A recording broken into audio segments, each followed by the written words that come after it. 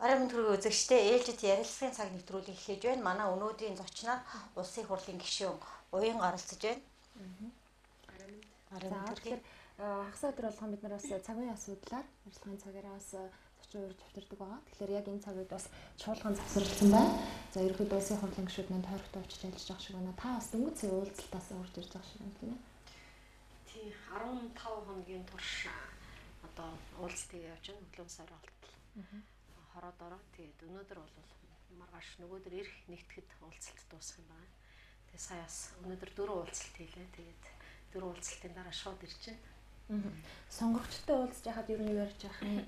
За сая өнгөрсөн чуулганаар бол нэлээд олон асуудлууд бас яригдсан байгаа. Иргэдийн зүгээс нэлээд хүндэлтэйч байх шиг асуудлууд байна тийм ээ. Тэгэхээр таны үзэл бодлыг юу гэж яах юм? За танд бас ямар санал дүгнэлтүүд, ямар зөвлөмжүүд өгч яах юм? Сонгогчд ер нь ямар санаа бодлоо? Их л олон зүйлийг ярьж байна. Зүгээр тоочлоод базаад хүн болгоны ярьж байгаа зүйлийг хэлэх юм бол нэгдүгээрт ер нь бол төр байхгүй байгаад бохимдсон, төр гэж юм байхгүй болцсон. Өнгөрсөн 25 жилийн амьдралаа өмнөх одоо 70 жилтэйгээ харьцуулсан харьцуулалт алдаа оноо тэрийг одоо их ярьж байна л да хүмүүс. Тэгээ бид нар энэ 25 жилд юу болов? Яагаад ингэ төргөө болчихвоо? Яагаад Монгол улс ингэж газар нутгаа бүх юмаа зараад байгаа хэрнээ бид нар одоо амьдрал дэвшлэхгүй байна гэдэг энэ олон зүйлүүдийг ярьж байна. Төр засгийн одоо тэргуунд байгаа, толгойд байгаа олон хүмүүст их бухимдлаа илэрхийлж байна. Амьдрал дэвшлэхгүй байгаа шалтгааныг төртөөгөө холбож одоо тэр бухимдлал маш их илэрхийлж байна л да. Ялангуяа газар шороо ашигт малтмалтай холбоотой асуудлуудыг өсгөж ярьж байна. Тэр дундаа ноён уулыг ухуулахгүй гэдэг байр суурийг маш одоо хүчтэй илэрхийлж байна. Тэгээ одоо бид ч нэг танхимд иргэдийнхаа үгийг хэлэх нэг өөр тий. Тэгээ иргэдээс өөрсдөөс нь сонсох бас их өөр үеж магадгүй гэж бодож би одоо иргэдийнхаа яриаг бас бичлэг хийж аваад өөрийнхөө боломжоор одоо Facebook хуудасаараа дамжуулж одоо хүмүүст бас хүргэж байна л да. Тэгээ олон хүмүүс сонсож байгаа бах их олон хүмүүс бас дэмжиж бас л адилхан бухимдлаа илэрхийлж байна. Хүмүүсийн бухимдал нэгэн чиг дээмэл байна. Авж байгаа цалин тэтгэвэр нь амьдралд хүрэлцэхгүй нөгөө л одоо банкны тэтгэврийн цалингийн үр зээлүүд те энэ бүх амьдралын бухимдлыг л ярьж байна. Тэгээ эцсийн дүндээ энэ бүхнээс ч одоо яаж гарах юм бэ? Хин эндээс гарах юм бэ? Төр чинь хизээ зэгцэрх юм бэ? Ямар найдвар ямар бололцоо байгаа юм бэ? Бас яг ойлгодог юм байна л да хэлж байгаа үг нь зөв хүмүүсийн ярьж хэлж байгаас цөөдөж байна гэдгийг олж харж байна. Тэгээ одоо яах вэ? Үндсөлийн өөрчлөлтийг бас би одоо гүшүүний хувьд нэлээд ярьж явлаа. Тэгээ энийг бол ерөөхдөө бас дэмжиж байна. Бид нар төрөө дахиж цэгцлэхгүй бол нэг болохоо ойлчлаа. Энэ 25 жилд чинь бас нэг төргүү байгаад ер нь гол асуудлын шийдэл бүх юм төргүү болчиход байгаа юм шүү гэсэн ийм уур амьсгал бол дийлэх нь байна л да. Иргэдийн хувьд одоо хэдийгээр цалин тэтгэвэр нэмэгдэхгүй амьдрал хүнд байгаа гэдэг асуудал байгаа боловч одоо гишүүтэй уулзахаараа ч юм уу ер нь ярьдаг зүйл нь миний амьдрал хүнд байна гэхээс илүүтэйгээр нь улс бидний төрөө яаж засах вэ гэдэг асуудлыг гол тавьж байна тийм. Тэгэхээр энэ асуудлыг засахын тулд бид одоо яг яах ёстой вэ?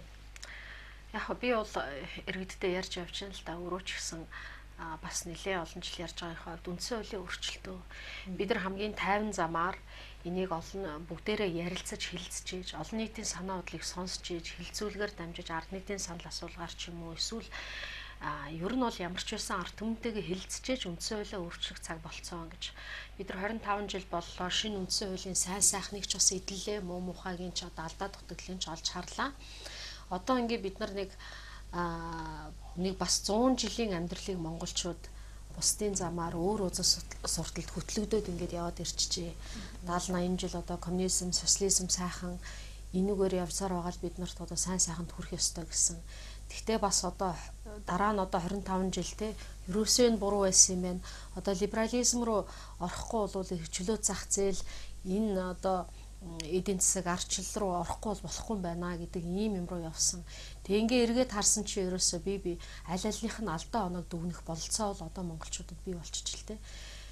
Тэгээ одоо өөрийнхоороо энэ бүх алдаа онооноос сургамж аваад авах ёстой сайн сайхныг энэ бүхнээсээ аваад муу мухайг нь хаяад өөрсдийнхоороо төрөө байгуулах нэг цаг болцсон гэдэг л ийм одоо үнэлгээ дүгнэлтийг одоо хувьдаа улс төрчийнхөө хувьд би сэтгүүлч байхдаа ч бас бичижсэн. Одоо ингээд нийгмийн нэг өөрчлөх цаг болцсон байна. Тэг үндсэн хуулийн өөрчлөлтийг хийя л гэдэг ийм асуудлыг тавьж явж байгаа. үндсэн хуулийн өөрчлөлт чинь нэлээд бодиттой болоод эхэллээ. Парламентод одоо ажлын хэсэг гараад үндсэн хуулийг өөрчлөх ёстой юм байна. Энэ гарцаагүй болчихжээ гэдэг дүгнэлтийг гаргаад дахиж одоо үндсэн хуулийн өөрчлөлтийг илүү ажил хэрэг болгож дахиж ахиулах, хуулийн төсөл болгож оруулж ирэх юм ажлын хэсгийг байгуулсан явж байна л да. 1992 оны үндсэн хуулийг баталцахад оролцсон 7 гишүүн одоо парламентод байна. Энэ 7 гишүүнээр бүрдсэн ажлын хэсэг гараа явж байна. Хаврын чуулганаар өөрчлөлт орж ирэх юм шиг байна. Янз нь. Тэгэхээр миний хувьд нь хоёр зарчим бариад байгаа үндсэн хуулийн өөрчлөлт.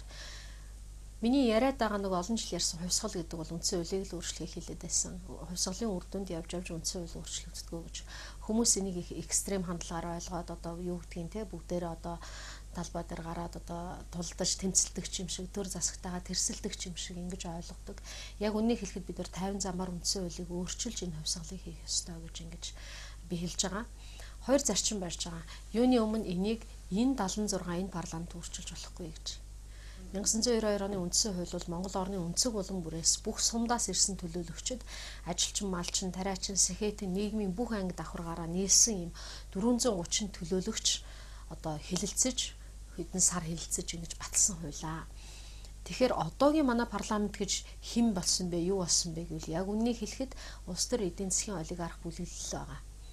Тэгэхээр энэ манан бүлэглэл 100 тооны бүлэглэл энийг одоо өөрчлөх ядаж ёс зүйнч, хууль зүйнч ирэхгүй юм аа гэж ингэж бодож байна. За энэ парламент тэгвэл яаж өөрчлөх ямар үүрэгтэй юм бэ гэж асууж болно. Улсын их хурлын гишүүн болмогцоо 2012 онд би тангар өргөсөн өдрөө бас нэг санал дэвшүүлж ирсэн. Олон хүн тэрийг мдээгүй байх л та. Энэ бол одоо энэ их хурал түүхэн үүрэг гүйцэтгэх яа. Энэ Монголын түүхэн парламент болж үлдээ.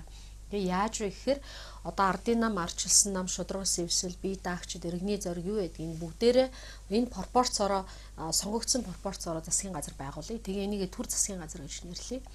Энэ төр засгийн газар улс их орныхоо амьдралыг ингээд аваад яваадаг өдөр тутмын амьдралыг нь залгуулад авч явна. За тэгвэл парламент юу их вэ гэж.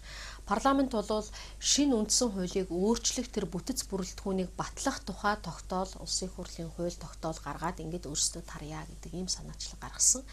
Тэгээд шинэ бүтцээр одоо яг л 92 оны үндсэн хуулийг өөрчлөх хэмжээний хүлээн зөвшөөрөгдсөн дахин шинэ бүтцийг сонгуулиар дахиж байгуулад тэр нь үндсэн хуулиа хэлэлцээ. За шинэ үндсэн хууль хэлэлцэж дуусаад тэр үндсэн хуулийн дагуу дараагийн засгийн газар байгуулагдтал төр засгийн газар маань ажиллаа хийгээд явжээгээ гэдэг ийм санал санаачлагыг дэвшүүлсэн. Тэгээ яг нөгөө дөнгөж их хурал сонгогдсон тангараа өргөх гэж байгаа хүмүүс бол тарах тухайн асуудлыг мэдээж одоо сонсгогч үсэг байх л та ингээд өнгөрсөн. За яг ийм процесс бол явах ёстой гэж би бодож байна. Гэхдээ ядаж л наандаж ард нийтийн санал асуулгаар оролцуулахгүйгээр ард нийтийг мэдээлэлжүүлж тэдний хилцүүлгээр оруулахгүйгээр үндсэн хуульд гар ирэх бол энэ парламентод байхгүй гэж би үзэж байна.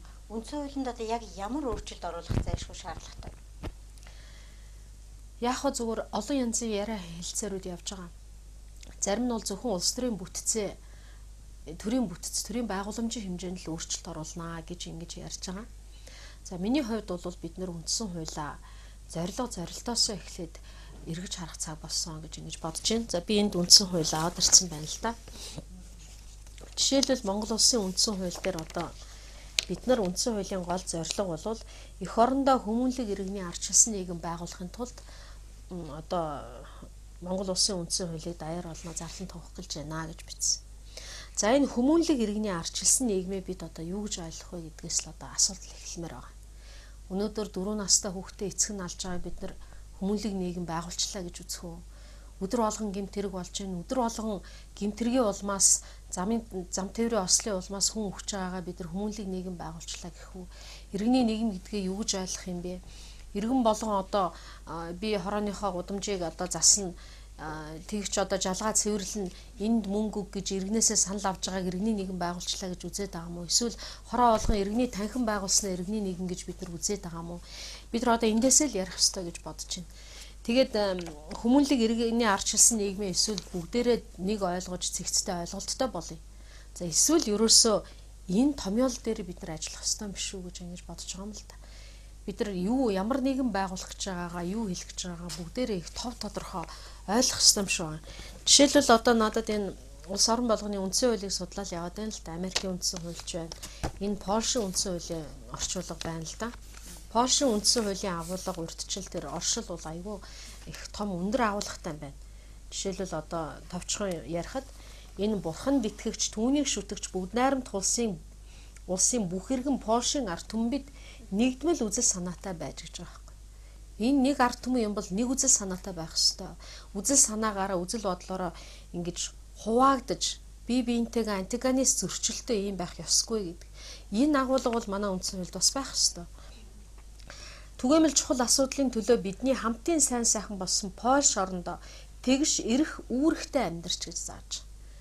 Өөрөөр хэлбэл одоо үүрэгтэй байх ёстой гэдэг үндсэн хуульда заасан байна. Гэтэл биднэрт бол манай үндсэн хууль үүргийн тухай ойлголт ер нь байхгүй шүү дээ. Дандаа одоо хүний эрх гэсэн бүхэл бүтэн бүлэг байгаа. Гэхдээ үүрэг байхгүй.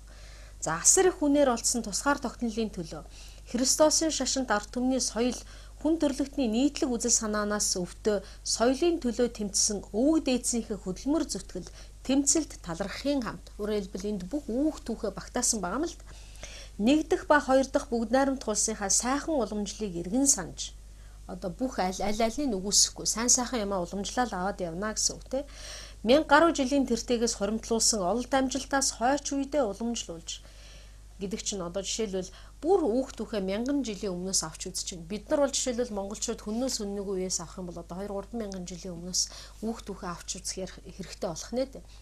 Нэг нэгээ үгүйсгээл бүгднгийн арчиж аяа цоошин нийгэм байгуулна гэж явдггүй юм байна. Үнтэй зөвлөлийн өвлүүлж уламжлуулж явдггүй юм байна те. Дэлхийд даяар амьдарч байгаа эх орн нэгт иргэдтэйгээ хамт байж үнэхээр гоё үг санагдаж байгаа юм л та. Өөрөөр хэлбэл дэлхийн хаанч байсан Польш хүн болгон бидэнд хамаатай шүү гэдэг санааг эндээ илэрхийлсэн. Бидэнд ч бас одоо дэлхийн өнцөг булгамбарт амьдарч байгаа Монгол хүн болгонд одоо бид бас хамаатай л байх ёстой гэдэг ийм санаа бол үнэхээр одоо сайхан санаа байгаа юм. За ингээд хүн төрлөختний их гэр бүлийн тусын тулд бүх улс оронтой хамтран ажиллах хэрэгцээ шаардлагыг мэдэрч бидний эх оронд хүний үндсэн эрх эрхчлөө зөрчигдөж байсан гашуун үеийг санаж гэж байгаа байхгүй. Ингээд одоо бүх үүх түүхээ ингээд нэгтгсэн байдгийн байна. Тэгээ бурхны өмнө өөрийнхөө өмнө хүлээх хариуцлага ухамсарлаж ингээд одоо бүгд найрамд Польш улсын үндсэн хуулийг тунхаглаж байна гэдэг. Гол үндэс нь бүх үүх түүх үзэл санаа зарчим бүх зүйлээ ингээд тунхагласан ийм ойлгомжтой зүйлүүд байдгийн байна. Бидэнд ч гэсэн бас үндсэн хуулийн зорилгоо ингэж ойлгомжтой томьёолох хэрэгцээ шаардлагуудаар тулгарсан гэж бодож байна л та. Бидний жишээ авдаг Америкийн нэгдсэн улсын үндсэн хууль хүртэл ерөөсөө нэг үндэстэн нэг улсыг одоо бий болгохын төлөө зорж байгаагаа бас санаагаа бас агуулсан байдаг. Ингээд улс үндэстэн болго өөрийнхөө онцлог үнд зүйлээ үндсэн хуульдаа томьёолсон байдаг. Бид нар энээс л эхлэх ёстой гэж бодож байгаа юм л да. За хоёр дахь зүйл бид нар жишээлбэл одоо үндсэн хуулийн 6-гийн 1 нүгэ алдар зав Монгол улсад газар түүний хэвлээ ой ус ургамал ан амтан байгалийн бусад баялаг одоо гагцхүү ард түмний мэдл төрийн хамгаалтанд байна гэдэг. Жишээлбэл өнөөдөр үндсэн хуулийн энэ заалтыг хэрэгжүүлж биелүүлэхийн төлөө явж байгаа хүмүүс бол популист нэртэй болж хувирч байгаа. Тэгвэл энэ үндсэн хууль чинь өөрөө популизм юм уу? Хэрвээ тийм юм бол байгалийн баялаг ард түмний мэдэлд баймаар байна. Ард түмэн ховоо хүртдэг баймаар байна. Гадныхан биш Монгол улсын иргэд илүү хождог баймаар байна. Гэтэл энийг ярихаар популист болдог. Тэгвэл одоо бид нар энэ популист үндсэн хуулиа эргэж харах цаг болсон юм биш үү гэдэг. Ингээд олон зүйлүүд байна л да. Зөв улсын их хурлд 25 та хүн нэр дэвшиж болдог. Энээс эхлээд энэ насыг эргэж ярих ёстой юм уу бид те. Өнөөдөр 25 та хүүхдүүд одоо Монгол улсын өнөөдөр үндсэн хуулиар бол 25 хүрсэн иргэн нэр дэвшээл Монгол улсыг одоо 25 тангууд жолоодох юм болцсон үндсэн хуулиар байгаль байхгүй жишээлбэл те. Тэгвэл 25 та хүн өнөөдөр хинбэ гэж бодвол 25 та дүүгээ бид нартэй хүүхдүүдэд төсөөлөл бодвол улс орныг авч чадахгүй юу гэл олон зүйл байгаа л да хүндэл тэгэл тэр болгоныг ярилцах хэрэгцээ шаардлагуудаар тулгарсан л гэж бодож байна. Тэгвэл манай олон иргэд бол зөвхөн төрийн байгуулалтын бүтцийн хэмжээнд дээр яриа л гэж ярьж байгаа л да. Яг сая ярьж байсан популист гэдэг үг нэр томьёолын тухайд бид хоёр бас ярилцаж сууж байсан л да. Ерөнхийдөө бас сүүлийн үед ялангуяа популистууд одоо популист байдал гаргалаач гэдэг юм уу ийм зүйлүүд нэлээд их яригдах болсон юм байна. Ялангуяа одоо ард түмний эрх ашигыг илүү илэрхийлсэн гэгдэж байгаа энэ улсуудыг бас популист гэдэг ийм нэр томьёоллоор бас хараад ах шиг байна л да. Тэгэхээр энэ маань одоо ямар учиртай болоо та энийг бас юу гэж хүлээж авч байгаа? Ер нь бол нэг иргэн их сайхан тайлбар өгсөн байлээ. Хэрвээ Ганбаатарын ярьж байгаа, Уянгагийн ярьж байгаа эх орон ард түмний төлөө гэсэн газар шор ашигт малтамлаас ард иргэд ашиг хүртмээр байна гэсэн энэ хүнийг ийм юмыг ярьж байгаа нь одоо хүмүүс нь популист юм бол энэ популизм юм бол тэгвэл ард иргэд популизмыг хүсэж шүү гэж. ерөнхийдөө бол 25 жилийн өмнө бид нар популист нийгмийг сонгосон. Хамгийн одоо шилдэг популистуудыг бид нар одоо төрийнхөө толгойд гаргасан. Өнөөдөр Монголын хамгийн номер 1 популистууд л Монголын төрийг удирдах авч явж байгаа. Тэрийг бол популизм тэд нартай барьцах одоо ямар ч популист өнөөдөр Монголд байхгүй. Манай ерөнхийлөгч бүгдээрээ л одоо ямар сайхан үг хэллээ, бүгдээрээ оюу толгой гэрээг одоо бүгдээрээ монголчууд бүгдээрээ нэг алхам урагшлаа л гэсэн, монголчууд сайхан цэнгэлийн манлайд хүрнэ, бүгдээрээ баяжин хөгжинэ гэсэн. Харин эднэр одоо нэг юу ч мэдэхгүй хүмүүс ажил хийхгүй байх шүү гэсэн. Өнөөдөр оюу толгойн гэрээ юу болсон? 17 тэрбумыг өгч зөвлөгөө авч иж л одоо ашигтай болох хэмжээнд хүрсэн гэдэг. Энэ сайхан баялгаа ашиглаж чадахгүй байгаа. Тэд нар популизм хийж агаад гэрээ байгуулсан. Өнөөдөр монголчууд ашиг өртөж чадахгүй байна. Номер 1 популист тэгвэл ерөнхийлөгч байна. Баяр цогт байна. Сайхан бэлэг. Ямар амлалт өгжсэн хүмүүс бүгдээрээ л өнөөдөр мэдж байгаа. Шилэн кабель монголоор дайруулж татаал яагаал гурил талхмадаа гайхамшигтай хямдраал яан ч гэлээ. Би одоо зарим нь цээжлээгүй. Тэгэхээр энэ популистууд өнөөдөр засаг ирэх барьж байгаа. Монгол улс бүгдээрээ тэр аяараа одоо өмнөх нийгмээ 100% үгүйсгсэн 25 та популистуудад л засаг ирэхийг 25 жилийн өмнө хүссэн шүү дээ. Энэ хүмүүс бүгдээрээ 30 хүрээгүй залуучууд л байсан шүү дээ. Баабар өнөөдөр нийгэм сайхан болно, арчил сайхан болно. Одоо хүлээх хэрэгтэй одоо ингээл ярьж байна. Энэ нийгмийг байгуулсан хүн өөрөө шүү дээ. Хамгийн сайн популизмыг хийж байсан шүү дээ. Гэхдээ бид энэ 25 жилийг Ганбаатар уянга байгуулаагүй байхгүй. Бид нар 2.5 жил болж байна. Их хурлын гишүүн болоод тэд 25 жил болж байна. Ялгаа байгаа биз? Тэр энэ нийгэм өөрөө тэр аяараа популизм байсан. Одоо энийг хүлээн зөвшөөрөх хэрэгтэй. Бид бол өнөөдөр бодит байдлыг ярьж байна. Зүгээр хулгайчийг бариараа гэж хашгирдаг шиг хамгийн супер популистууд өнөөдөр популист чинь энэ шүү гэж биднийг зааж байгаа бол одоо би хүлээн зөвшөөрөхгүй л дээ. Зүгээр олон хүн өнөөдөр энийг ойлгодог болсон гэж бодож байна. Тэг яг би бол нэг тийм онцгийн ач холбогдол өгөхгүй л байна л да. Зүгээр түмэн олон төртөө тэргүй ялгаж байгаа юм байлээ. Би бол Чингэлтэй дүүргийн 19 хороогоор 14 хоногийн турш тасралтгүй өглөөнөөс орой олтол уулзалтууд хийж явж байна. Тэгээ олонх нийгмийн олонх дийлэх олонх бол бид нартай санаа нэгтэй байгаа юм билээ. Монголын нийгмийг бол одоо тэдний популизмд хуурдахаа болсон байлээ. Бидний бодит байдалд бол харин санал нэг байлээ. Тийм болохоор популизмын тухай яриагаа бол уучлаарай та нар ярьж байгаа бол одоо өөрсдөргөө л өнөөгийн эрх баригчид руу л тэрний үзүүр илүү чиглэгдэх байх гэж бодож байна. Энэ ноён уулыг аврах гацууртын ордын талаар иргэдийн хэлсэн тэмцэл бас одоо үргэлжилж байна. Тэгэхээр энэ хугацаанд бас нэг хэсгээс нь олон янзын тайлбарууд ч бас маш их хийж байна. Улсын хурлын даргын та ярилцлагыг уншсан уу? Энэ бас нэлээд их тэн дээр магадгүй тийм мэдээлэл хийснийг энэ цаана нь ямар шалтгаан байгаа юм бол яагаад ингэж зоригтой ингэж ярьж байгаа хүмүүс тэнд байгаа компаниг явуулчаад өөрсдөө энэ ордыг алтыг нь авч гаргах гэж байгаа маа гэсэн санааг илэрхийлсэн байсан. Энэ асуудыг та юу гэж хүлээж авсан бэ? Ер нь энэ асуудал дээр иргэдийн тэмцэлд ямар нэгэн байдлаар ахиц дэвшил гарсан уу? Иргэд гэж хин юу падагч. Би их хурлын дараа маргын яриаг уншааг бол ойрын зөндөө хэмнүүд болсон юм шиг байна. Би өмнөдийг хэлэхэд ойрын 14 хоног иргэдтэй уулзаад ямар ч телевизэн нэвтрүүлэг юу ч уншааг л байна л та. Ерөнхийлөгчийн ярилцлагаас эхлээд одоо баяр цогц цайдын ярилцлага, их хурлын даргын ярилцлага, баабаргуу ярилцлага гэдээ одоо зөндөө юмнууд болсон юм шиг байгаа. Яг үнийг хэлэхэд би тэрийг нь үзээгүй болохоор их хурлын дарга юу ярьснаа сайн мэдэхгүй байна. Зүгээр би нэг л зургийг баримтыг бас хүмүүстэй харуулъя гэж бодож байна л та. Ноён уул бол ноён уулын нөгөө булшнууд энэ манай оператор харуулах болцсон байна те. Энэ булшнууд бол нөгөө урууга харсан пирамид хэлбэртэй хүннүүгийн үед 2300 жилийн өмнө манай оршуулга одоо өвөг дээдс маань хүннүүчүүд булш буухнаа оршуулга бол ингэж урууга харсан пирамид хэлбэртэй маш ингээ газрын гүнд хийдэг байсан байна л да. Одоо нэг л булшийг уухад гаргасан хөдөлмөр энэ байхгүй. Энэ ингээ 7 давхар үйлсэн ба. Одоо сая л энэ доор юу гарч ирж байна. Булш нь гарч ирж байна. Одоо ингээ биер багсныхын ажил хэлдэг юм байна л да. Зөвхөн нэг булш нь энэ штэ. Тэгээ энийг барина гэдэг бол тийм баг ингээ барилга байгууламж барьж байгаа юм шиг энэ булшийг ухна гэдэг ийм ажил болт юм байна. Ингэжээж газрын гүнд нь цэвдэгтэн тулгажээж нөгөө оршуулга хийдэг юм байна л да. Яг ингэж цэвдэгтэн буюу байгалийн хөргөгчөнд тулгажээж одоо оршуулдаг байсан учраас булшилж бунхалдаг байсан учраас өнөөдөр хүннүүгийн үеийн олдурууд бидний үед үлдэж ирсэн байна. Энэ бол нөгөө 13 оны бодвол Козловын ухсан тэр булшны зураг шиг байна. Энэ хараад даавн өмд Энэ бүр давуу юм. Энэ газрын байгалийн хөрөгчөнд байсан учраас 2300 жилийн дараа энэ байж байгаа байхгүй. Ийм юмнууд одоо байж байгаа шүү дээ. За энэ гутал, энэ бүс байна, энэ оймс юм шиг байна тий, саяных оймс, энэ дээл, хевс, энэ малгай, энэ одоо энэ дээл байна, энэ малгайнууд 2300 жил яаж хадгалсан бэ? Өнөөгийн биднийх шиг ингээд одоо зүгээр 1 метр ухаад болчдөг байсан бол энэ үдид байхгүй үжрээд газрын хөрсөн дэлгдэд дууссан байгаа. Энэ цэвдэгтэн тулгаж нөгөө байгалийн хөрөгчөнд хадгалсан учраас энэ бүх юмнууд ингээд өнөөдрөг болтол ингээд байж байгаа байхгүй. Тэгэхээр хэрвээ тэр үндсэн ордыг ашиглахдаа тэр олборлдог технологи нь өөрөө цэвдэгт нөлөөлнө. Хэрвээ байгалийн цэвдэгт нөлөөлөх юм бол энэ 500 гаруй бурш буухныг бид нар ухаж гаргаж дийлэхгүй гэж ингэж манай эрдэмтэд ярьж байгаа. За нэг хэсэг нь бол энэ ямар ч аюулгүй гэж байгаа. Би бол энэ аюул учруулна гэдэг талд нь байгаа. Тэгээд дээрэс нь эдийн засгийн үр ашиггүй. Бид нар бүгдээрээ их хурал дээр сонссон.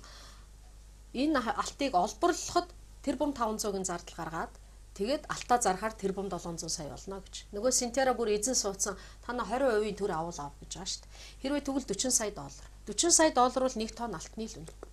Ингээ бид нар 1 тонн алт 74 тонн алтаа авахуулаад 1 тонн алттай үлдээд тэгээд эцэст нь энэ хүннүүгийн бурш буухын энэ юмд эрсдэл учруулах нэ.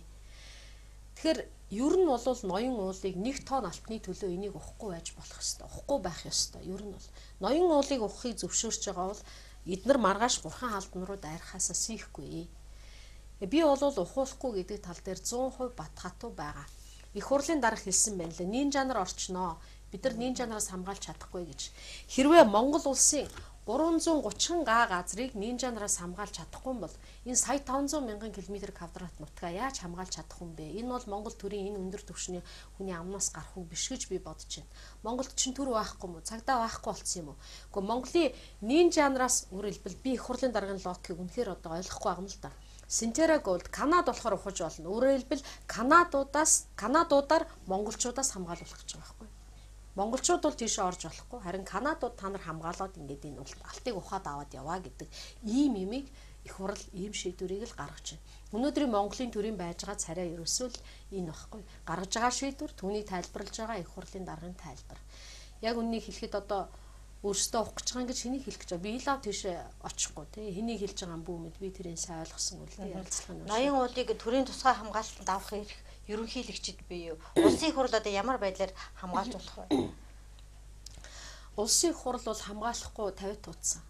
Яг үнийг хэлэхэд гачууртын ордыг стратегийн ордод оруулснараа ухах зөвшөөрөл олгоод ингээд явуулсан л та. Тэгэхээр их хурл бол энийг хамгаалж чадахгүй юм байлээ. За одоо бид нар нэг 20-д гишүүн ерөнхийлөгч рүү гарын үсэг зурж төрийн хамгаалтанд авалт чи төрийн дахилгатай бол олгооч гэдэг хүсэлт явуулсан. Хариу ирэхгүй байна. Ерөнхийлөгчд ийм болцоо бол байгаа. Ерөнхийлөгч өөрөө ч ард түмэнд намлсан юм байлээ. Ноён уулыг ухуулахгүй, та нар ухуулахгүй гэвэл ухуулахгүй гэж. Тэгэхээр энэ хэлсэн амдаа хүрэх ёстой гэж бодож байна. Ер нь бол би нэг зүйл хэлээд байгаа юм. Гачууртын ордыг нэг одоо ухуулахгүй ч юм шиг яг үг хэлсэн чинь нэг 10 гаруй гишүүн сайхан үг хэлсэн л дээ. За яг коноп дарсан чинь 4-5 хүн коноп дарсан. Тэгэхээр их хурлын гишүүдийг иргэд минь одоо юу ярьж байгааг нь сонсоод бид нар юу үйлдэж байгааг нь анхаардгүй юм байна. Та нар хин юу ярьж байгаад нь ш одоо яг ярьж байгаатай адилхан коноп хин дарж ийн вэ гэдгийг л анхаармаар байна. Тэгэхээр тэр хүмүүс бүгдээрээ сайхан үгээ хэлчихэл одоо миний сонгогчоос сонсцсон миний байр суурь ойлгомжтой болсон. Одоо болоо гэд конопо дарахтаа ноён уулыг ухуулъя гэдэг коноп дарж байна. Сайхан үг хэлчихэв.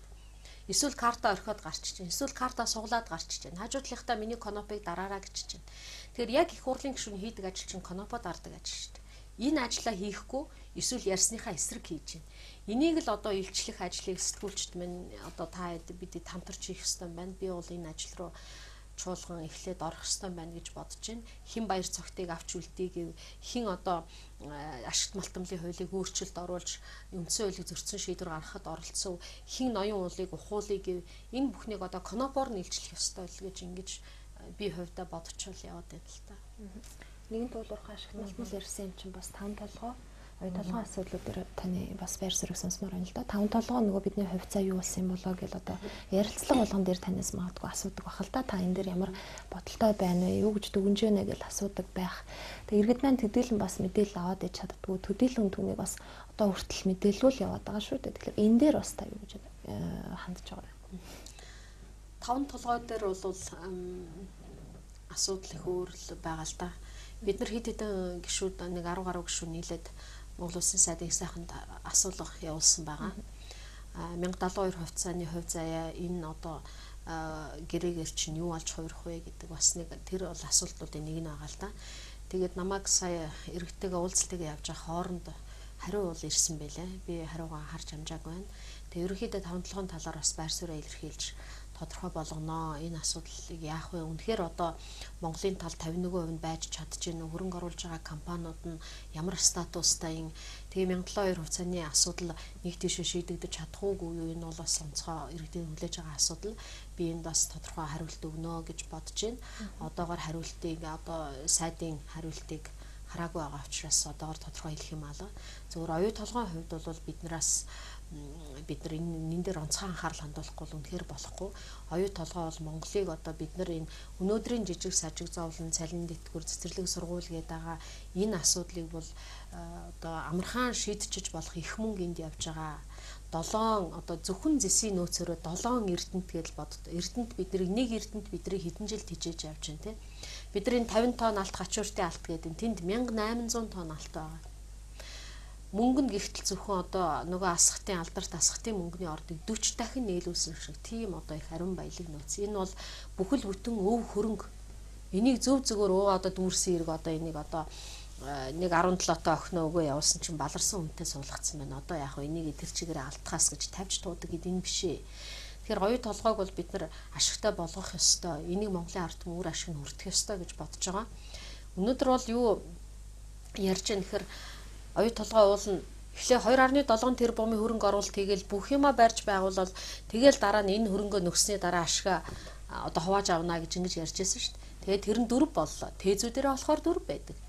Гэрэн дээрээ болохоор гэрэн дээрээ 5.1 4 тэрбум. Тээзүүдэрээ 5.1. Даас үлдээ 7 болсон, 8 болсон, 9 болсон. Одоо бүр одоо бараг 30 хэд болохоор ингэ явж чинь тэрбум болохоор. Тэгээ бид нар ч одоо яах юм? Яагаад энэ анхны хөрөнгө оруулалтаа нөхөж дуустдаггүй ингээд шалгалт оруулсан? Тэгээ шалгалтын дүнгийн нууцлаад маш нууцгээ тамга дараад дарцсан. Тэгээ энийг бол би их хурлын гишүүний хувьд авч бас ганц нэгээс нь ил болох та нар харсан байх. Тэгээ тэн дээр бид нар ямар зардал төлдөг юм гээл тэгсэн чинь тэр Канадынх нь захирал махирлынх нь авгаа хөвгттэйгээ одоо бизнес зэрэглэлийн онгоцоор гадаадад зугаалах 5 одтой зочд буудалд амрах тэр хүүхдийн сургалтын төлбөрийн эмчилгээний зардал тэгэл одоо тэр талын нас томилогдсон хүнийх нь Бээжинд орон сууц өндөр зэрэглэлийн орон сууц хөлсөлдөг зардал мардал гэл ингээл тэр бүхнийг монголчууд 34%-ийнхаа зээлээс төлдөг юм байна шүү. За тэгээд дээрээс нь за энэ ч одоо жижиг юм гэж бодъё. Хайгуулын зардал. Хайгуулын зардал 740 сая доллар зарсан гэж тэнд бичсэн байна. Тэгээ яг хайгуулын ажлын тайлангийг аваад үзсэн чинь 150 сая доллар л зарсан юм шүү. Ингээд 6 хайгуулын ажил ихтэл бид нар 600 сая доллар зөв зөвөр өгөөд явуулсан байх жишээтэй. Яг одоо гайлаар орж ирсэн хөрөнгө оруулалт нь хэд юм бэ гэсэн чинь 2 тэрбум өргөтэйгүйтэй төгрөг шүү. Доллар шүү. Гэтэл яагаад тэр чинь 7-8 тэрбум болчихдөг. Ингээ зүгээр 6 тэрбум доллар хүнд бэлгэрэх тийм баян улс Монгол юм. Ийм олон асуултууд байна л да. Тэгээ энийг улсын хурал дээр бас дэлгэрэнгүй авч ярилцах хэрэгтэй гэж бодож байгаа. Өнөөдөр тэгэл 20,000 хувьсгчаар бодоод гайхамшигтай гэрээ байгуулсан монголчууд бүгдээрээ баяжаад өгөх юмаа гэж гэрээ байгуулсан хүн өнөөдөр 17 тэрбумаар зөвлөгөө авах гал төсөв тусгацсан явж байна шүү дээ. Тэгээ энэ бүхний чинь учрыг монголчууд мэдмээр байна. Энд нэг юм буруу юм яваад байна, болохгүй юм яваад байна гэж хүмүүс ойлгоод байна шүү дээ. Тэнийг биш шүү дээ хүмүүс бүгдээрээ боловсралгүй биш шүү дээ. Монголд ганцхан баяр цогт сайхан бэлэг боловсралтай. Тэгээд одоо тэр хүмүүсийг үнэхээр одоо мундаг боловсралтай сайхан гэж итгээл гэрээ мэрээгээ байгуулууллаа. 25 жил төрөө өглөө. Тэгээ сайхан болсон юм байхгүй н. Одоо хүмүүс хурдтахаа болцсон л байна шүү дээ. Тэгээ одоо энэ оюу толгоогоо ашигтай болох бололцоо байхгүй мó? Бид нар одоо яаж энээс ашиг хүртэх юм бэ гэж хүмүүс ярьж байна л та. Тэгээ тэр гэрээнд бол жишээлбэл Монголын тал одоо энэ бүх юмаа өөрөө гартаа авъя гэд тэгээд асуудал тавиул энэ оюутлогоотой холбоотой бүх маргаан бүх хэлцэл Лондонгийн арбитрийн шүүхтэр очиж англи хэлээр шүүхтнэ гэд ингээд гэрээндээ заасан. За бүх банк санхүүгийн одоо оюутлогоор эргэж байгаа бүх тэр мөнгө бол Монголын банк санхүүгээр дамжихгүй, Монгол найдваргүй, шууд гадагшаа гарнаа гэдэг юм гэрээндээ хийцэн. Ингээд ийм гэрээ байгуулсан хүнтэй чинь хариуцлага тооцож энэ бол буруу гэрээ байгуулсан гэж тэр төр засаг тэр хүмүүстэй хариуцлага тооцож ээж бид нар дараагийн энэ гэрээг шинжлэх асуудлыг хөндөх эрхээ наазах нь олж авах гэдэг шүү дээ. Тэгээ энэ бүхнийг л одоо иргэдтэй хүмүүстэй тайлбарлал явж байна л да. Бид нар бол оюутлогоо тэр чигээр нь тавьж туух ёсгүй. Ерөнхийлөгчийн хэлж байгаа шиг за яах вэ, оюу толгой одоо нэг сайхан охиноо нэг баларсан аригчинд өгөөд алдчихлаа. Одоо энийг хаяа гэж болохгүй шүү дээ. Монголчууд ч юм бол тэгдэггүй. Охиндоо ингэж ханддаг эцэг байж болохгүй. Хэрвээ охинтойгоо оюутлогоо зөөрлж байгаа бол бид бол буцааж авах ёстой. Зүг болох ёстой л гэж бодож байна. Эдийн засаг ийм хүнд байхад манайхаас олон улсын арбитрийн шүүхэд ялагдаад 100 сая доллар төлөх юм өрөнд орчлоо. Монгол улс өнгөрсөн хугацаанд 5-6 удаа арбитрийн шүүхэд дуудагдж байсан ч гэсэн ялагдаж байгаагүй, дандаа ялалтай болж исэн. Энэ удаад ялагдал байсан одоо манай талаас хариуцж байгаа хүмүүсийн хувьд асуудлаа сайн тайлбарлаж чадсан уу гэж бас зарим хүн асуугаад байна л да. Таны хувьд юу гэж бодож байна? Үнэхээр бид ялагдах хэмжээнд байсан уу? Аль эсвэл ажил хариуцсан хүмүүс нь юу байв? Ер нь саяын 100 сая доллароос эхлээд энэ оюу толгой хүртэл олон юмыг арбитрийн шүүхтэр очиж шийдүүлдэг ийм хэмжээнд монголчууд хүрчээд байна шүү дээ. Энэ бол эхнийх нь биш, бас эцсийнх нь биш юм шиг байна. Тэгээ ийм юмыг хийсээр байх юм уу цаашдаа? Би бол үндэ яг тэр хэргийн юг мэдэхгүй байна. Зүгээр бодоход бол монголчуудын эцсийнх нь бол биш байх гэж бодож байна л да. Тэгээ бид нар бол энийг бүхнийг өөрчлөх ёстой. Монголчууд асуудлаа Монголдоо шийддэг болмоор байна. Монголын эрх ашиг тэнд номер 1 явах ёстой үстэй. Ер нь бодвос. Нөгөө хөрөнгө оруулагч маань хөрөнгөө оруул тэгээ тодорхой хэмжээний ашгаал хийгээд явал та. Энэ бүгдийг юучгүй сорж мүлжиж монголчуудыг одоо ингэ шалталж нүцгэлж хаяад ингэж бүр ингэ шимэлдэг болгож хайж болохгүй шүү дээ. Бид нар чинь их оронтой, бид нар чинь энийг чинь бас зүгээр бид нарт ирээгүй юм шүү дээ. Энэ олон хүний цус нулимс, дайн байлдаан олон зуун жилийн өвөг дээдсийн түүх, олон хүний цус нулимс хөлс хүчээр ирсэн их орон байгалийн баялаг шүү дээ. Энийг чинь зүгээр хин нэгэн хурж ирээд дээрэндээ даваад явж бид нар ингээ хоос гоцорч болохгүй үстэй. Тэгэхээр энд бол бид нар давуу эрхтэй байх ёстой. Энийг ойлгодог ийм төр засгийг бид нар бий болгох ёстой. Гол үүргэн л бидний юм шүү дээ. Өнөөдрийг болтол яагаад бид нар ингээ ядуураад байгаа явж бас биднэрт үүрт байгаа шүү дээ. Ийм төр засгийг бид нар сольж чадахгүй байгаа, өөрчилж чадахгүй байгаа, сонголтоо зөв хийж чадахгүй байгаа. Өнөөхөл баяр цогтойгоо өнөөхөл одоо эдсэн усан дээрэмдсэн бүх хүмүүсээ парламентод сонгоцсон өнөөдөр тэгэл байж л байгаа шүү дээ. Явж монголчууд өөрсдөө юу гэдгийг өнөөдрийнхөө ахуй амьдралд дарагдаад тэмцэж чаддгүй учраас талбай дээр цуглаан зохион байгуулахаар за тэмцээдээ дэмжиж байгаа шүү. Уянга яг тэмцэчлээг сайн байгаа шүү гэд ингээл мессежээр дэмжиж сэтгэл санаагаар дэмжээ суудгаас өөр юм хийхгүй учраас өнөөдөр ийм байгаа шүү. Явж бид нараас өөрсдөө толдох хэрэгтэй байх л та. Гэхдээ ахтай 25 жилийн хугацаанд монголчуудыг амьдралтай зуралдуулаад, өртөө зуралдуулаад илүү юм харах нөхцөлгүй болтол тэр системийг бол хийгээл ингээл монголчууд нэг өдөр талбай дээр очичвол маргааш нь талахгүй болчиход, тоолгүй болчиход ийм л болцсон учраас бас тэмцэх чадваргүй болох энэ юмыг нь бас давхар хийсэн юм шиг байна л та. Тэгээ одоо яг 25 жилийн дараа бас тэгтээ олон хүн ухаарсан байна. Одоо бол биднэрт яах ёстойг хэлээд өгөө бид бэлэн байна л гэж ингэж ярьж байна. Тэгээ энэ бол цөхөрсөн ард түмний үг. Би бол бас нэг түрүү ярьж байгаад орхисон үндсэн хуулийг өөрчлөх хоёр дахь зарчим бол бид тайван яриа хэлцлээ, ойлголцлын ийм зарчмаар л хийх ёстой. Энэ бол маш том зарчим аа.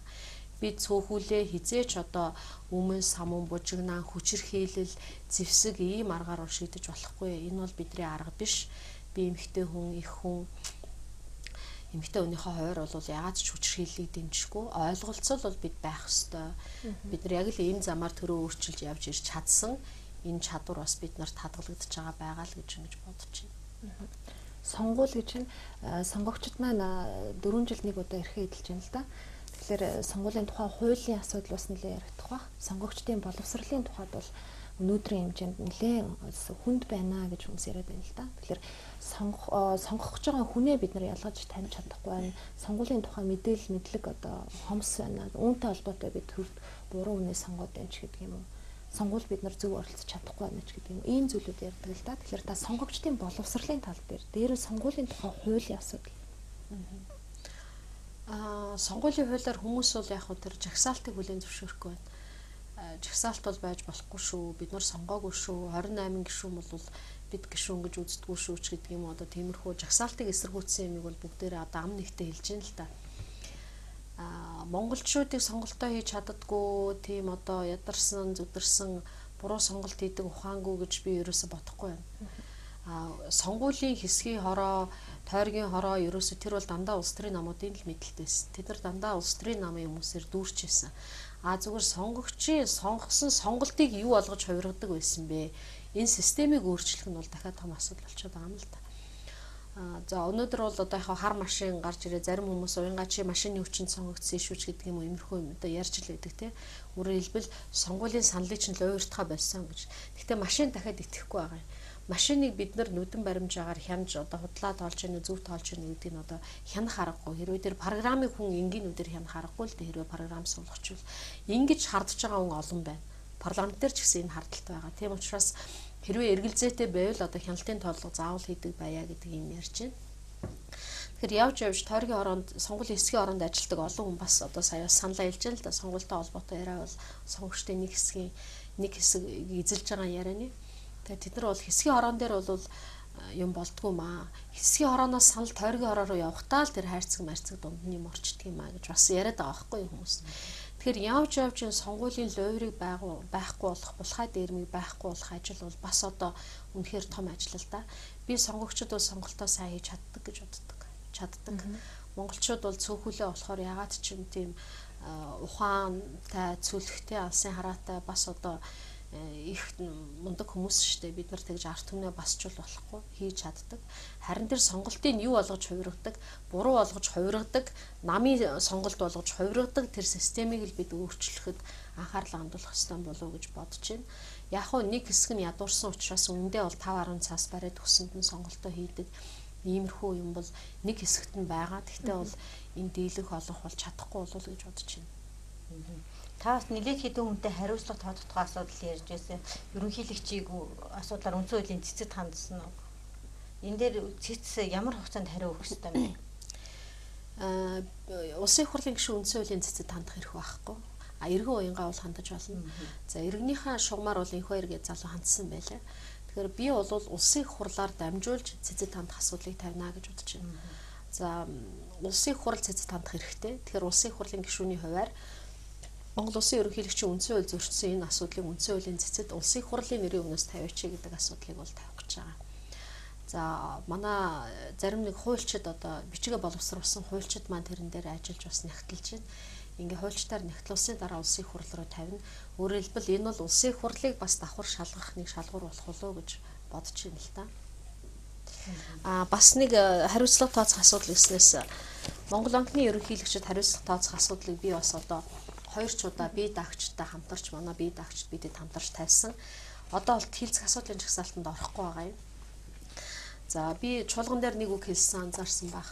Одоо эдийн засаг хямрлаа, бүсээ чангалыг бүгдээрээ гээдсэн. Тэгээд хүүхдийн ч мөнгийг авъя, одонгийн мөнгийг ч авахгүй бол болохоо байлаа хямрлаа, бүсээ чангалыг гэсэн. За бүсийн чангалсаар байгаад иргэдэн голоороо тасрах шах чинь харин нэг хэсэг нь одоо бүсээ тасралталд харгалж байна гэж. За тэгээд Монгол банкны газрын дарга нар одоо бүгдээрээ их олон сая төгрөгийн шагналал урамшуул авсан тухай хэлсэн. Тэгээ Монгол банкны дэд ерөнхийлөгч хурж ирээ тийм юм байхгүй гэсэн. Энэ баримт нь надад байна л да. Зөвхөн энэ ганц хуудсыг аваад үзэхэд энд бол 70 гаруй хүнд 3 тэрбум 700 сая төгрөгийн буцалтгүй тусламж өгсөн энэ баримт байгаа юм. За Монгол банкны ерөнхийлөгч жишээлбэл 260 тоо тушаалаа зөвлөх болдод 180 сая төгрөгийн буцалтгүй тусламж. Энэ хуудас тэр чигээрээ буцалтгүй тусламж л та. За тэгэл Гамбат гэдэг хүнд одоо 137 сая 500 мянган төгрөг. За Дэлгэр гэдэг хүнд мөн 139 сая 500. За Ган Очир гэдэг хүн 137 сая 500 гэл 90 сая, 80 сая, 63, 62, 60, 50 ингээл хамгийн доотлол нь 45 сая төгрөгийн буцалтгүй тусламжийг одоо өгсөн байх жишээтэй. Ийм байдлаар л одоо мөнгө явдаг юм байна л да. Тэгэхээр одоо энэ баримтыг үндэслээд би дахиад Монгол банкны ерөнхийлөгчөд огцруулах асуудлыг тавина. Монгол банк бол улсын хурлын мэдлийн байгууллага, хуулиар хүлээсэн ганцхан үүрэгтэй. Тэр нь бол төгрөгийн тогтвортой ан шиг тогтвортой байдлыг хадгалах юм үүрэгтэй. Энийг бол биелүүлэхгүй байгаа. Төгрөгийн ан шиг өнөөдөр доллартай харьцуулбал хэд дахин сулрав. Тэгээд дээрэс нь энэ одоо хуулиар олгогдоогүй эрх мэдэл эдэлж олон тэрбум төгрөгийн шагнал урамшуул буцалтгүй тусламжийг олгосон байна. Энэ хүмүүсийн дийлэнх нь бас Монгол банкнаас өмнө байр авч байсан хүмүүс байгаа юм. Тэгээд энэ асуудлыг дахиж тавина гэж ингэж бодож байна. Дээрэс нь баяр цогц сайдад бас хариуцлага тооцох асуудал хөндөж тавьсан. нөгөө одоо ашигтай мундаг одоо монголчуудыг баяжуулна, хөгжүүлнэ гэдээсэн оюу толгойн гэрээнд 17 тэрбум 500 сая төгрөгийн зөвлөгөө авах хэмжээнд хүрсэн байна. Энэ бол хангалттай хариуцлага тооцох үндэслэл. Тэгсэн эрдэнэ ахмадуудын тэтгэврт 13 тэрбум төгрөгийн нэмэгдлийг л төсвөлсөн байгаа шүү дээ. Тэгээд баяр цогц сайд хэлэхдээ би зүгээр л гарын үсэг зурчдаг юм аа. Тэрийг чинь одоо би харж марж нэгтлэх шаардлагагүй гарын үсэг зурдаг гэдэг байгаа. Би бол 25 жил төрд ажилласан хүн, ийм үг 2 жил ажиллаж байгаа хүнд ийм үг хэлж байгаад нь бол гайхаж байгаа. Гарын үсэг зурж байгаа юм болгон хариуцлагатай, няхуур нямбай үг өгүүлбэр цэг таслуулгыг харах хэрэгтэй гэж боддог. Гэтэл одоо ийм үг хэлээд байгааг би бол ойлгохгүй л байгаа юм. Тэгээ харин харамсалтай нь баяр цогц сайдыг битүүний өдөр аваад үлдэнэлээ. Тэгээд одоо яг хөө Монголын төр бол ийм л байна шүү дээ. Үнэн нүүр царайгаа харуулж байгаа. Тэгээд хүмүүс энийг бол бас ойлгодог юм байл л дээ. Шийдлийн засгийн газар, шинжилгээний засгийн газараас шийдлийн засгийн газар байгуулагдаад ажилдаа бас 100 хоногийн хугацаа өнгөрсөн юм байна. 100 хоногт бол тодорхой хэмжээний үйл ажиллагаанд үнэлэлт дүгнэлт өгөх хугацаа гэж хараад байна л. Тэгэхээр үнэхээр шийдлийн байж чадж гин үү? Танд юу ажиглагдаж байна? Засгийн газар, шийдлийн засгийн газар гэж би бол заримдаа шийдсэн засгийн газарч гэж нэрлэмээр санагдаад байгаа. Яг үннийг хэлэхэд хийсэн ажил бол оюу толгойн ордыг Монголын талын 34%-ийг зарах санал тавьсан гэдэг мэдээлэл яваад байгаа. За сод үлэг гишүүн асуулга тавьсан байлээ. Энэний хариугаар тодорхой болно байх гэж бодож байна. Ерөнхийдөө төрийн өмчийг ховчлох ийм тогтоолын төсөл оруулж ирлээ. За дээрэс нь энэ одоо Синтерагийн улдад гачууртын ордын өглөө ноён уулыг ухуулах шийдвэр гаргалаа. Шийдсэн юмнууд л хийлээ шүү дээ. Би бол шийдлийн биш шинжлэлийн ч шийдлийн ч биш бүр шийдсэн засгийн газар л гэж хэлмээр байгаа юм. Тэгээ буруу шийдвэрүүдийг л хийж гин ерөнхийдөө нөө зул бүхийнхөө өмнө бадмалдаг гэдэг шиг энэ төр одоо бүр шийдсэн улаарцсан ийм юмнуудыг л одоо хийж эхэлж байна л та. Тэгээ ер нь бол явж Монголд одоо бүх гоё нэрийг засгийн газруудтай өгөөд дууссан. Эвлэрлийн гэлээ, эвслийн гэлээ, их эвслийн гэлээ, шийдлийн гэлээ, шинжлэлийн гэлээ. Одоо бол яг үнэндээ хизээ тэр Монголын засгийн газар хизээ байгуулагдах юм бэ? Монголын засгийн газар баймаар байна. Монголын ард түмний хүссэн хүлээсэн, Монгол үндэсний эрх ашигын төлөө монголчуудыг нэг зөв замд нь оруулах тийм л засгийн газар үнэндээ хэрэгтэй байна л та. Тэгээ ийм л засгийн газрыг жинхэнэ одоо Монголын засгийн газрыг л хүмүүс хүлээж байна. Ийм засгийн газрыг байгуулахын тулд бид нар үндсэн хуулийн өөрчлөлт рүү заавал орох зайлшгүй шаардлага тулгараад байна л гэж ингэж бодож байна л та. Тэгээд энэ лөө орохын тулд миний нөгөө тавьсан төр засгийн газар байгуулад тэгээд одоо цаашдаа бид нар бие биенлүүгээ чичлэлгүйгээр бие биенийгээ адлалгүйгээр нэг эвлэрч зөвшөлдсөж ярилцаж монголчууд өнгөрсөн 25 жил дандаа л хуваагдсан байна. Намаараа хуваагдсан, шашнаараа хуваагдсан, гэр бүлээрээ хуваагдсан, өргөтлгөөс нь толгойлоогүйгээр хуваагдсан, төрийн бус байгууллагаар хуваагдсан. Одоо Монголын хуваагдал хангалттай 3 сая хүний. Би бол одоо монголчуудад биднэрт хуваагддаг биш нийлдэг тал нь юу юм бэ монголчуудын? Тэр нийлдэг талаараа нэгдэж нийлээд хамтраад Монголын засгийн газрыг байгуулах ийм л ажил руугаа орох хэрэгтэй байна л гэж харж байна л та. Эрх хаврын чуулганаар намын тухай хууль яригдах байх тийм ээ.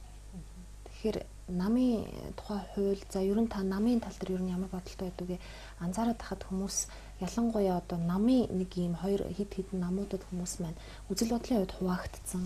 За намынхаа үзэл бодлыг байр суурийг хоёр талдаа хамгаалаад идэг. За нам дагаж албан тушаал аваад байна гэдэг ийм шүүмжлүүд яриад байдаг шүү дээ. Та энэ дэр юу гэж боддог вэ? Засаглалын хамгааллыг одоо улс төр нам за түүнийг дагсан улсууд ингээд төрийн албанд бие биенээ татаад байгаагаас болоод засаглалын хамгаалал нь үүсээд байна гэж ярьдаг. Яг үнэндээ нам удаа өнөөдөр Монголыг яг үнэндээ сүрүүлж дууссан л та. Тэг үндсэн хуулиар энийг чи хийцэн. Одоо улс төрийн намууд байна. Эрх чөлөөтэй олон үзэл бодолтой тэрүүгээрээ нам болж хуваагдаж болдог. Тэгээд тэмцэлдэж жагаад хамгийн олон суудлал авсан засгийн газараа байгуулна. Нөгөөх нь сөрөг хүчин болно. За ингээл одоо сөргөлдөж байгаа л нөгөөх нь одоо дахиад дараагийн сонгуулиар хэн нь ялах вэ гэдэг ийм сөргөлдөө, ийм талцал тэмцлэл 25 жилийн турш явлаа шүү дээ. Одоо тэгээ бүгдээрээ энийг ойлгоод энэ бүх зовлонгоос өөрсдөө сугарч гарах юм тэнхээ чадлал биднэрт хэрэгтэй байна л да. Тэгээ энийг чадах ёстой. Хамгийн гол нь намууд өөрсдөө энээсээ сугарч чадхаа олцоод байна.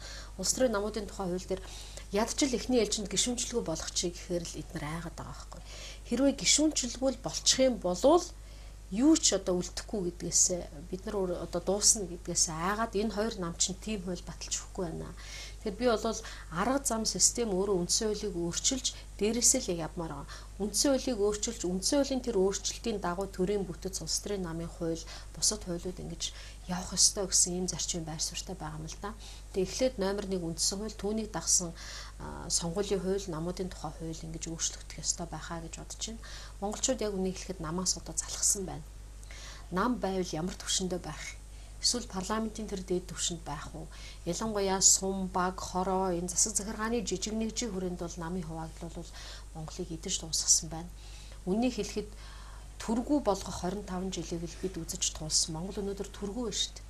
Тэрийг бүгдээрээ ойлгоцсон байна. Хүмүүс андуураад бид нар одоо ерөнхий сайд ерөнхийлөгч байна. Одоо бүгдийг нь сонгоцсон тий. Гой зангаатай хүмүүс, гой байшингаар дүүрэн байна. Бидний их хурлын гишүүдээ сонгоцсон ингээд төртөө байна гэж хараад байсан. Яг үнийг хэлэхэд төр ямар ч эрх мэдэл байхгүй хэн ч юу ч шийдэж чаддгүй. Монгол улсын ерөнхийлөгчгээ төрийн тэргүүн их сайхан олон юм шийдэх хүн юм болов гэхээр 3 эрхтэй гэд өөрөө ярьсан гэвстэй тий. Хуульд хориг тавьдаг, уучлал үзүүлдэг, баахан шагнал гардуулдаг ийм л эрхтэй. Тэгээ өөр ямар ч эрх байхгүй. Тэгэхээр ингээд ийм одоо ямар ч эрхгүй бас одоо нэг гар хөлгүй одоо ерөнхийлөгчтэй. За 76 гишүүн гэхээр одоо уянгааны эрх мэдэлтэй юм шиг. Тэгвэл бүх асуудал дээр цөөхөн болохоор уянгагийн хуулийг тэнд олонхоор баталдаг болохоор ямар ч нэмэр байхгүй. 39 хүн ирүүл бүрдэн 39-ийн 20 зөвшөөрөл одоо хууль батлагдана. Одоо эний чинь ямар төр засаг гэх юм. Засгийн газар ихээр бас одоо их хуралдаа барьцаалагдсан. Өөрөө одоо толгоолоод явах боломжгүй, өөрөө сайднараа бага бүрдүүлэх болцоо байхгүй, их хурлын шантаажинд ор байдаг ч юм уу. За тэгээд дээрэс нь засгийн газар бол хэн намайг өргөн барих бол хэн одоо яачих бол гэд ингэж бүгдээрээ айж бэмбэгэнч ингэж явдаг. Монголд 2 жил ажилласан засгийн газар гэж баг байхгүй шүү. Дунджаар ингээд дундчлаад үзэх юм бол хичнээн засгийн газар байваа гэхээр өнгөрсөн 25 жилийн хугацаанд маш олон засгийн газар томилогдсон. Дунджаар бол 2 жил засгийн эрх барьж байгаагүй. Ингээд ямар ч бүтээн байгуулалт юу ч хийгээгүй дандаа л бие бинийгээ татаж унахсан, нураасан, эсрэг тэмцэлцсэн сонгуулийн хооронд амьдэрсэн ийм л төр бий болсон байна. Үр дүнд нь олигархчсан том бүтц одоо Монголын төрд бий болоод түүнийг дамж тижээж яадаг, түүгээр тижээлгэж яадаг ийм сүлжилтсэн бүтцүүд төрийн бүх салбартаа байна штэ. Өнөөдөр төр биш идэж уулдаг сүлжээ бүлэглэлүүд л Монголын төрд байж штэ. Тэгээ энийг төр гэж бид нар андуурч боломгүй байгаа. Хамгийн бага нэгш бид нар бүгдээрээ ингээл орон нутгийн хөгжлийн сан гэл олон зуун тэрбум төгрөг батлаад явуулдаг, нийслэл дээр очдог, дүүрэг дээр очдог тийм үү. Дүүргээс орон нутгийн хөгжлийн санд хорооддоо хуваарлагддаг тендер зарладаг. Гэтэл тэр мөнгөний хичнээн хувийн тендерээ ажиллаа хийгээд хэдэн хувийн дарганаар хувааж авч байгаа болоо. Өнөөдөр энэ дүнг гаргамаар байгаа юм л та. Миний нэг таньдаг залуу ярьж байна. Дүүргээс нэг тендер авсан юм байна. Одоо гэр хорооллын худгийн орчинг сайжруулах гинэ. За тэр нондоо ус мас урсаад ингээ бөөн шалбаг болоод одоо орчин муухай байсан. Тэрийг сайжруулъя гэд те. Цементэлж бариад хашаа ороо бариад сандал мандал тавиад. 120 саяын тендер 30 саяар нь 20-30 саяар нь л ажиллаа хийсэн. Үлдсэн 90-100 саяын дарганаар хувааж авсан. Одоо ингээл орон нутгийн хөгжлийн сангийн тэр тендерүүд зарлагддаг компаниудыг аваад хичнээн сая ажил хийсэн бэг харахад л ерөөсөө идэж уудаг сүлжээ тэнд байгаа нь харагдаж байгаа байхгүй. Хэрвээ үнэхээр иргэдийн хяналтанд ор энэ мөнгийг өгье гэвэл өнөөдөр хорон дарганарт мөнгөний нөх хэрэгтэй шүү дээ. Хороо тэнд төр хороо бол төрийг одоо нэг хүн бие юмаа улс орнд бие юмаа төрний толгойн юмаа гэж үзвэл яг тэр төрийн жинхэнэ ажилдаг бүтц нь хуруу гар нь өөрөө хороо хэсгийн ахлагч байхгүй. Гэтэл тэнд өөрөө одоо ямар ч мөнгө санхүү байхгүй, эрх мэдэл байхгүй, нэг хүний асуудал шийдэж чаддаг. Өөрөөр хэлбэл хуруугийн мухар төрийн одоо хороо ажиллаж байгаа байхгүй тэнд. Тэнд төр нь өөрөө тийм болцсон. Тэгэхээр энийг одоо мөнгөжүүлэх, иргэдийн хяналтыг үнэхээр одоо хяналтанд ор мөнгө төгрөг зарцуулъя гэвэл хорон дараагийн мөнгөжүүлэх хэрэгцээ байна гэж ингэж надад харагдаж байна л да. Яваад ажиллаад үзэхэд. За дүүрэг дээр ингэж дүүрэг нийслэл дээр одоо гадаад аялал зугаалга бол тоймгүй их. Бид нар тэрийг хянч чаддаг. Өнөөдөр улсын их хурлыг одоо хэдэн төгрөгийн цалин авч яа мөнгөө яаж зарцуулж яа гэдгийг бүгд шилэн боллоо, эрдсэн шилэн боллоо, арай шилэн хувц хүмүүс гэж бид нэр хэлэхгүй байна. За гэтэл одоо нийслэл дүүрэг дээр яаж идэж байгааг юусоо иргэд хяндаггүй, баг хэнийг сонгосноо ч мэддэггүй. Нийслэлийн иргэдийн төлөөлөгчдийн хурлын тэргүүлэгч өнөөдөр 10 сая байсан 20 сая болгосон би иргэдийн удирдалтаа 20 сая төгрөгийн урамшуул авч ийнэ яаж би батлага даргын тогтоолыг бас харж ирсэн минь гарын үсгтэй. Хэрвээ тэгж үзэх юм бид нар цалингүй ажилдаг гэж тэд нар хэлж байгаа. Гэхдээ 20 сая урамшуул авч энэ 6-7 сая төгрөг улсын их хурлын гишүүнээс хэд дахин илүү цалин орлоготой нийслэлийн иргэдийн төлөөлөгчдийн хурал ажиллаж байна тийм. Гэхдээ саяхан одоо тэр хороод дээр энэ тэмдгүү одоо нэг тийм харч чулуу эмчилгээгээд байгаа биз. Тэгэхээр харьцуулан эмчилгээнд ахмадуудыг үнгүй явуулдаг юм байна. Тэгсэн ахмадууд нь хөрх юм нь 2 хоног, 3 хоног, сайндал 5 хоног явдаг. Гэтэл 14 хоног одоо явсан гэж бичээд 1 хоногийн 35 мянган төгрөгөөр одоо нийгмийн даатгалын сангаас мөнгө идээд байж идэг юм шүү дээ. Энэ харьцуулан эмчилгээнүүд чинь энэ хэний сүлжээ? Энийг бүгдийг илчлэх хэрэгтэй байгаа байхгүй бид. Ахмадуудыг үнгүй амралтанд явууллаа л гэдэг. Тэнд ерөөсө 7 хоног ахмад бараг байдаггүй. 5 хоноо л явдаг. Тэгэхээр 14 хоног явсан гэл үлдсэн мөнгийг нийгмийн даатгалын сангаас авч идэг. Энэ нийгмийн даатгалын сан гэдэг чинь бүхэл бүтэн мөнгө гэдэг сүлжээ бас тэнд ажиллаж байна. Энийг хэн илчлэх юм? Хэн энэ гэмт хэргийг одоо илчлэх юм бэ? Ингээд ийм одоо бүх шатандаа идэж уудаг юм том сүлжээ байна. Их хурл бас иддэг. Яаж иддэггүй хууль гаргаж иддэг. Нэг үг байдаг штэ. Саяыг мянгаыг хулгайлахад гар хэрэгтэй, саяыг хулгайлахад бүлгэл хэрэгтэй, тэр бомыг хулгайлахад хууль хэрэгтэй. Юучгүй бүгдийг хуу амахын тулд үзэл суртал хэрэгтэй гэж. Өнөөдөр яг энэ зарчим 25 жил Монголд хэрэгжсэн байна шүү дээ. Их хурл хууль гаргаал тий жишээлбэл арх тамхины бизнес хийдэг хүмүүс тэр их хурлд сууж байгаа л онцгой албан татварыг төгрөгөөр төлдөг болно. Доллараар төлдөг байсан болиулна. Тэгвэл $1 1450-аар төлдөг болно гэж хууль гаргачихлаа. Бид 1000 эсэргүүцэд дээлсэнгүү. Зөвхөн энэ 1450 өнөөдөр долларын хань шийд байгаа илүү бараг 2000 хүрчин. Зөвхөн энэ ханшийн зөрүүгөөс бараг 100 тэрбум төгрөгийг арх тамхины бизнес эрхлэгчид татвараас чөлөөлүүлж байна. Ингэж төвшөндөө идэж байна. Монголд мөнгө байхгүй ш байна. Тэгвэл энэ иддэг сүлжээ бүлэглэлүүд чинь төрийн бүх төвшөнд ингээд салаам өчрөөрөө суудсан. Ингээд байж штэ. Энийг бол олон түн бүгдээрээ нийлжил эвдэж чадхаас ганц нэгэн хүн бол эвдэж дийлэхээргүй юм хэмжээнд хүрсэн байна. За баярлалаа гişүрнэ. Бид нэр 50 минутын хугацаанд ярилцсан ч гэсэн бидний хугацаа өөр өндөрлөж байна. Бас нэмж тодруулах олон асуудал байлаа. Тэгээ цаг зав арга хүрэлцэн ярилцсан танд баярлалаа. За баярлалаа. Богинохон болчих шиг болсон. Ерөнхийдөө маш их зүйл бас их богинохон санагддаг тийм ээ. Ялангуяа бид бас ярилцахаар ингээд зочин ураад маш их зүйлийн тухай ярмаар байдаг. Гэтэл 30 минут 50 минут бол хүрэлцдэг нэг юм маш хурдан. Тэгээд иргэд маань бас маш их зүйлийг сонсож авсан баах тодорхой хэмжээнд өөрсдөө бас боловсруулж бодож байгаах гэж бодож байна. Танд бас баярлалаа. За анхаарланд бас үзэгчтэй баярлалаа. Манай өнөөдрийн зочноор Улсын их хурлын гишүүн Уян оролцлоо. За баярлалаа. Би ч одоо нэг